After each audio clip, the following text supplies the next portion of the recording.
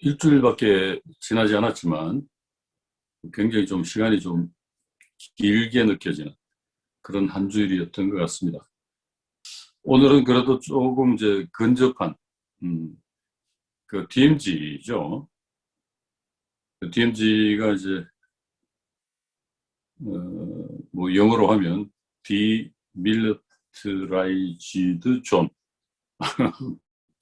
발음이 좀 그렇긴 합니다만 무장을 하지 않아야 될 지역, 비무장지대로 하지만 사실은 이제 지금 가장 그 무장력이 밀집되어 있는 지역이기도 하죠. 강의를 맡아서 말씀을 해주실 최현진 선생님을 우선 소개하겠습니다. 최 선생님 인사해 주시죠.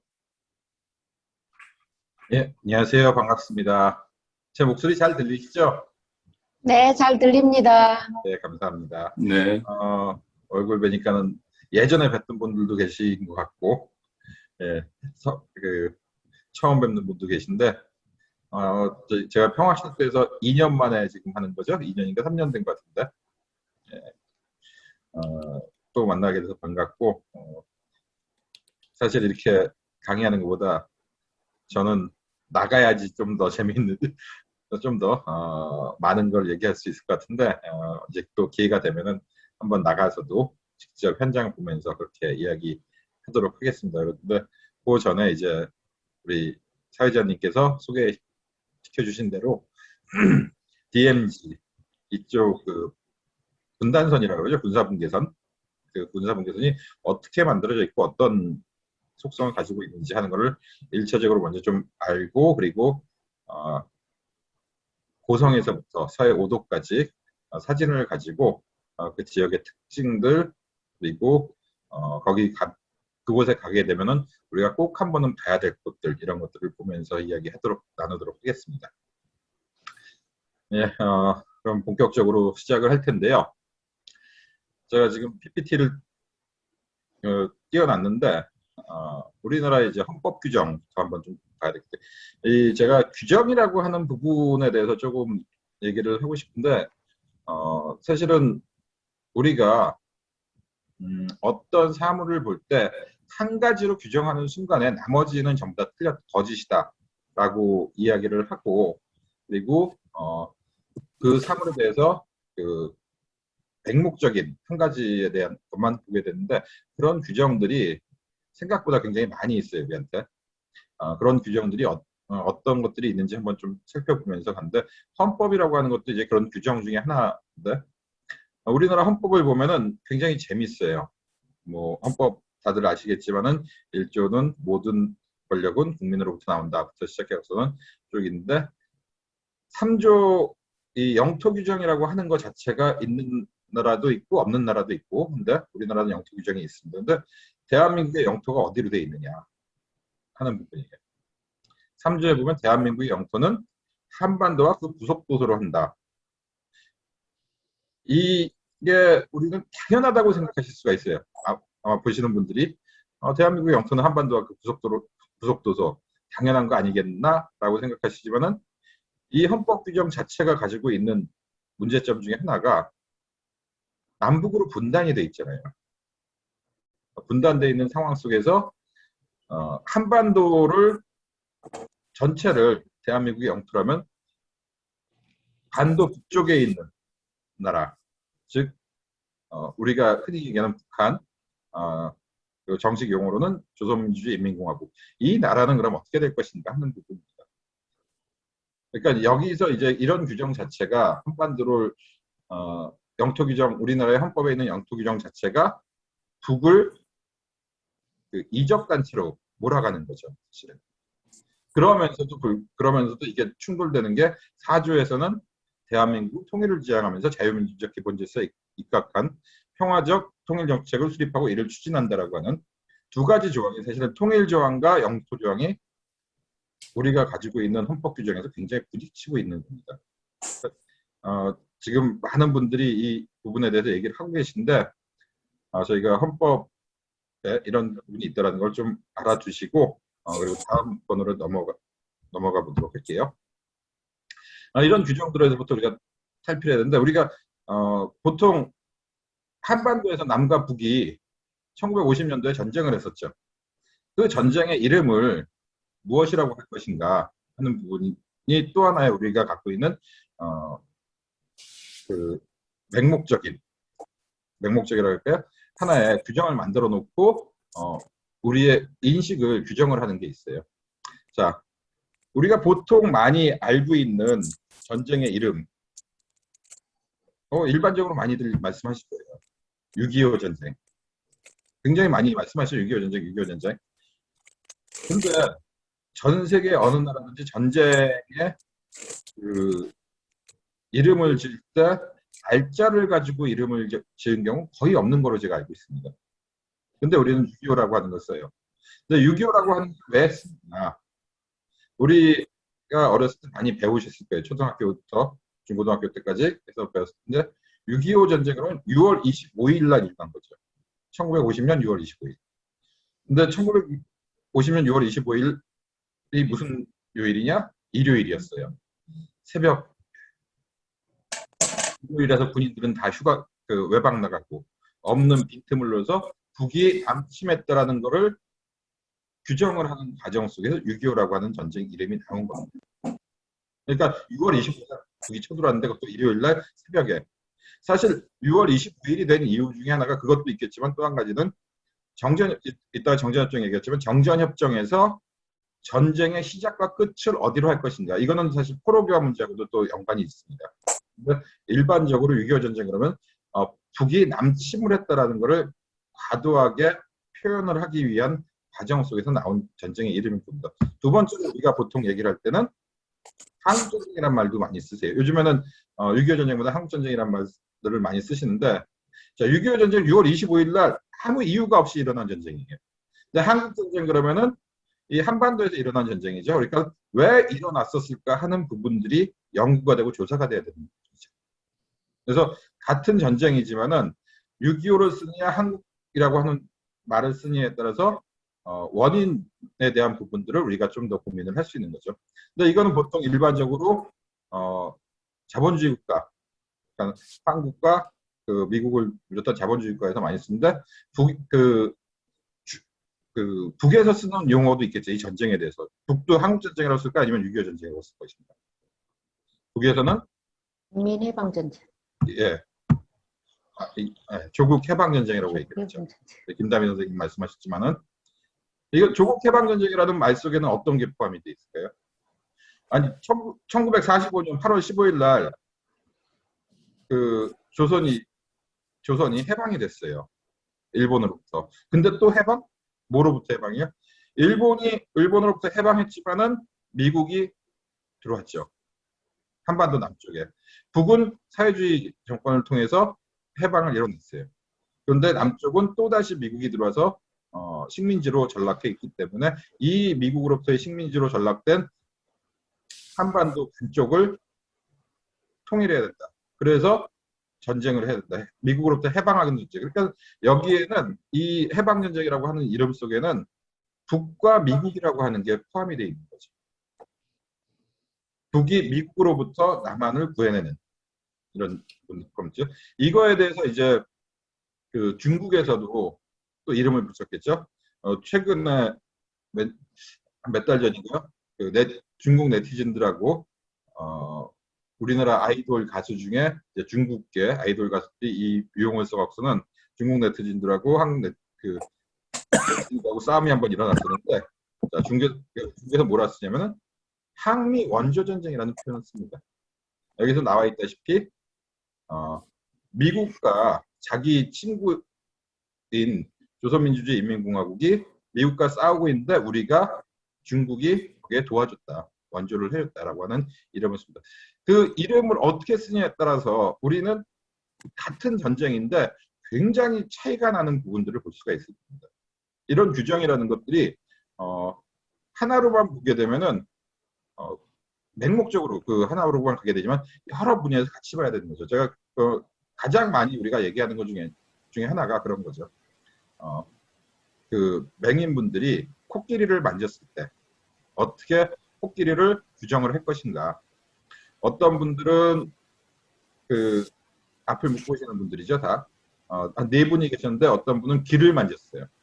코끼리가 어떻게 생겼습니까? 물어보니까는 이분은 코끼리는 굉장히 넓은 한자떼기 같더라 라고 얘기를 했어요. 그리고 또 다른 한 분한테 물어봤어요. 그분은 코를 만졌습니다. 코끼리가 어떻게 생겼습니까? 물어보면은 이분은 막대기 같다라고 얘기를 하겠죠. 또 한 분한테 물어봤는데 그분은 코끼리의 다리를 만졌어요. 그 다리를 만진 분은 코끼리가 어떻게 생겼을까 물어보니까 코끼리는 굉장히 큰 기둥이더라. 한 분은 배를 만지고 나서 그러니까는 이분한테 물어보면 코끼리는 아주 큰 그 벽이 코끼리더라. 이렇게 얘기를 했겠죠. 근데 그게 다 틀리는 것도 아니고 다 맞는 것도 아니죠. 이 모든 게 더 종합이 돼야지 우리가 하나의 사물을, 코끼리라고 하는 사물을 정확하게 인식을 할 수 있는 것처럼 이런 모든 것들을 하나만을 가지고 얘기를 하는 게 아니라 전체적인 입장에서 우리가 조망을 할 수 있을 때 우리가 가지고 있는 DMZ 그리고 전쟁 그리고 군사분계선 이런 것들을 우리가 조금 더 쉽게 좀 볼 수가 있을 겁니다. 자, 그래서 그런 부분에서 본다 그러면 지금 한반도는 어떤 상태에 있느냐. 전쟁은 1950년도에 일어났었는데 지금 그런 상태에서 한반도는 어떤 상태에 있느냐. 여기 우리 계신 선생님들하고 저하고 굉장히 여유롭게 이야기를 나누고 있기 때문에 평화시라고 얘기하실 수 있을 거예요 아마. 그렇죠?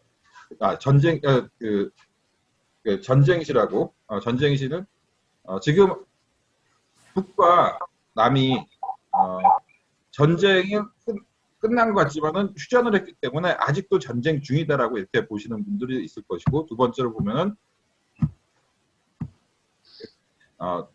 전쟁은 직접적인 전쟁을 하지 않기 때문에 지금 현재 상황은 준전쟁 시기다라고 말씀하실 분들도 계실 겁니다.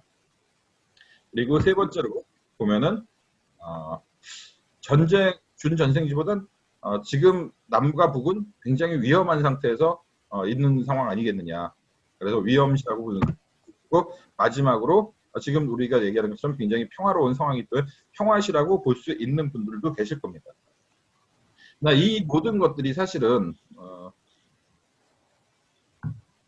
어떤 지금 한반도의 상황, 남과 북의 상황이 어떤 상황이냐라고 얘기했을 때는 이 네 가지가 다 맞을 수도 있고 다 틀릴 수도 있는 거죠, 사실은.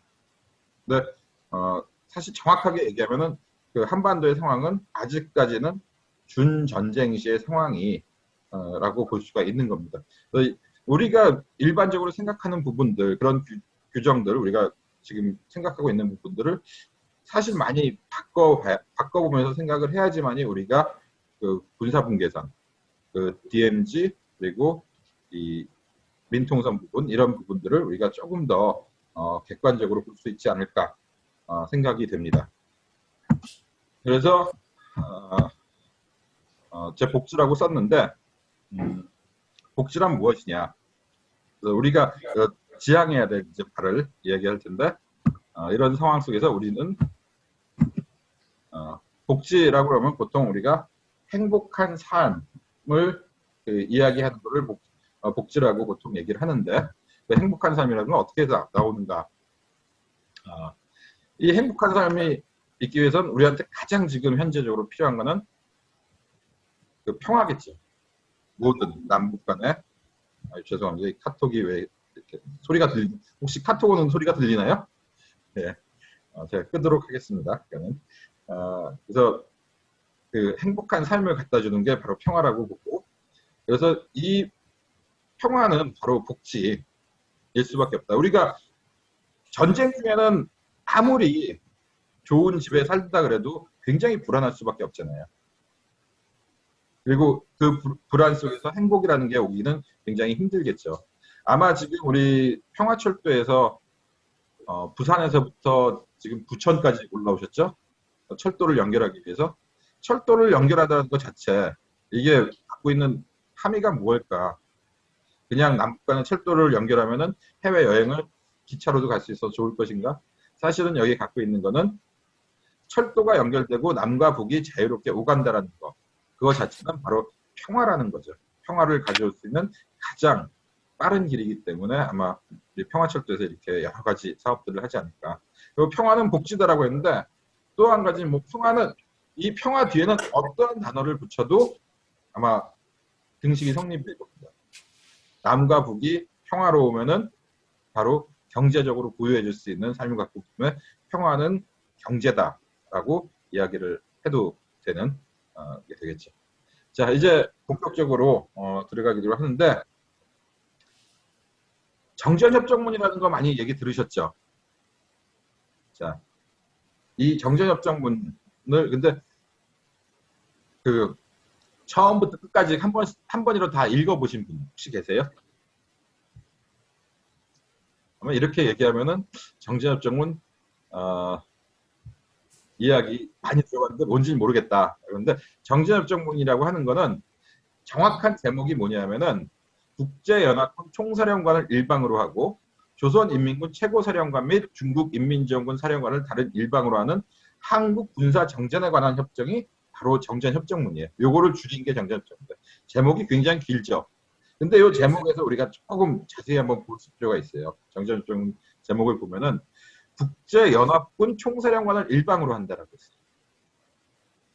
그러니까는 정전협정의 당사자를 얘기를 하는 겁니다.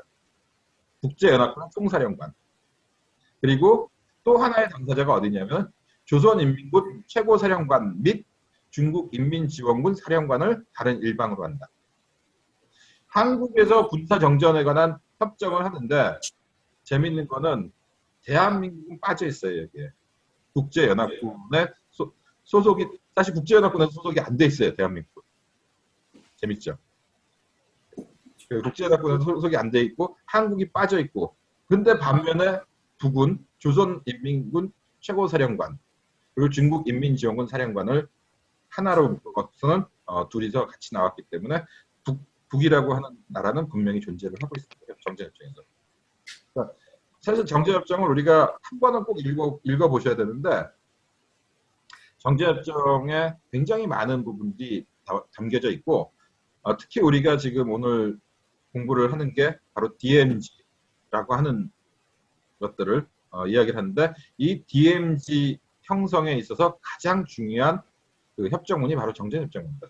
정전협정문에 의해서 DMZ 군사분계선이 그려지고 거기에 따라 DMZ가 형성이 됐고 지금의 남북 관계를 규정하고 있는 형성하고 있는 가장 근본적인 협정문이기 때문에 이 협정문을 잘 이해한다 그러면은 남북 관계 그리고 북미 관계도 이해할 수 있는 어떤 그 시초가 될 수가 있을 겁니다.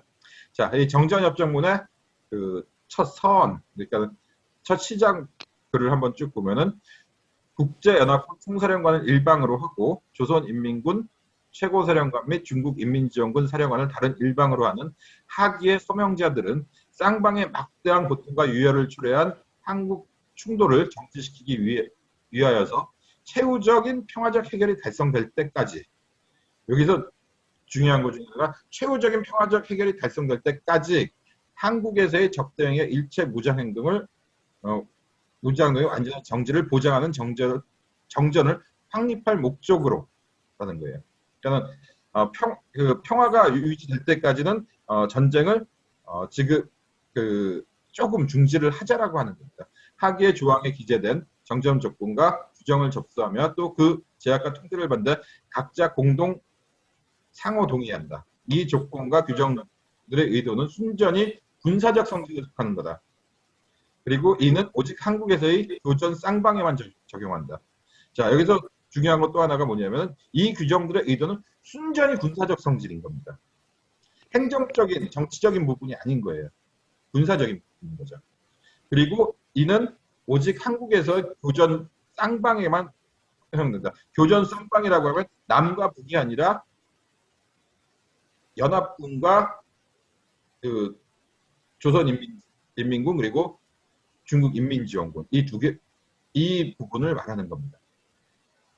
그러니까 우리에게 나만에 적용되는 건 아니에요. 사실 정전협정문이. 이렇게 보면은. 자.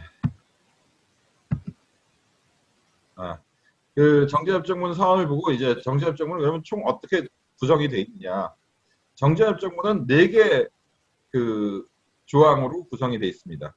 1조는 군사분계선과 비무장지대, 그리고 2조는 정화 및 정전의 구체적 조치, 그래갖고는 군사정전위원회, 중립국감독위원회, 그리고 3조는 전쟁 포로에 관한 조치, 이렇게 해서 규정을 했는데, 자, 1조는 군사분계선과 비무장지대라 그래서 어디에다가 남과 북의 군사분계선을 그을 것인가 하는 부분을 규정을 한 겁니다.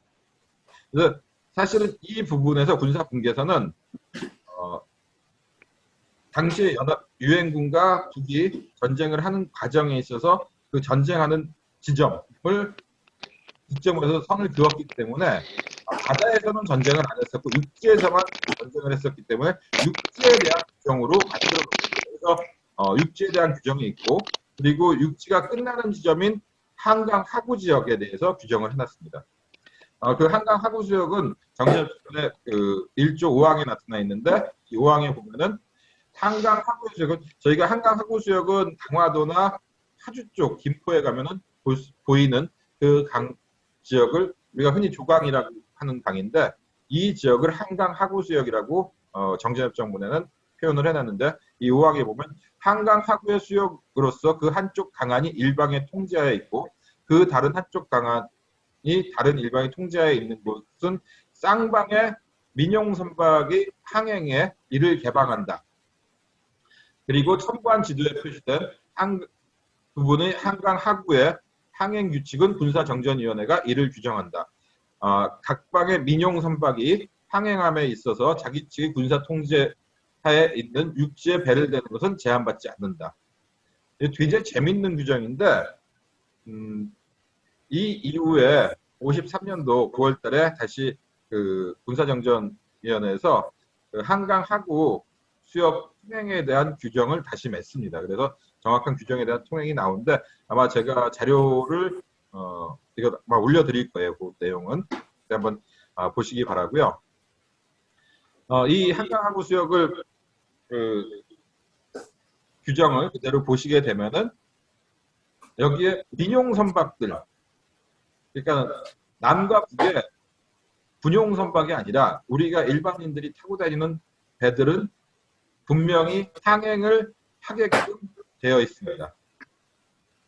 그리고 그 자기 측의 군사 통제의 육지에 배를 대는 것은 어디다 배를 대도 그 제한받지 않는다. 한강 내에서는, 한강 하구수역 내에서는 이런 규정이 정전협정문에 있습니다. 그래서 그 강에는 군사분계선이 없고 육지에만 군사분계선이 형성이 되기 때문에 강은 여기 표현한 것처럼 한쪽 강안, 그러니까 그 밀물시에 강물과 육지가 접하는 지역부터가 남한 북한이 되는 겁니다.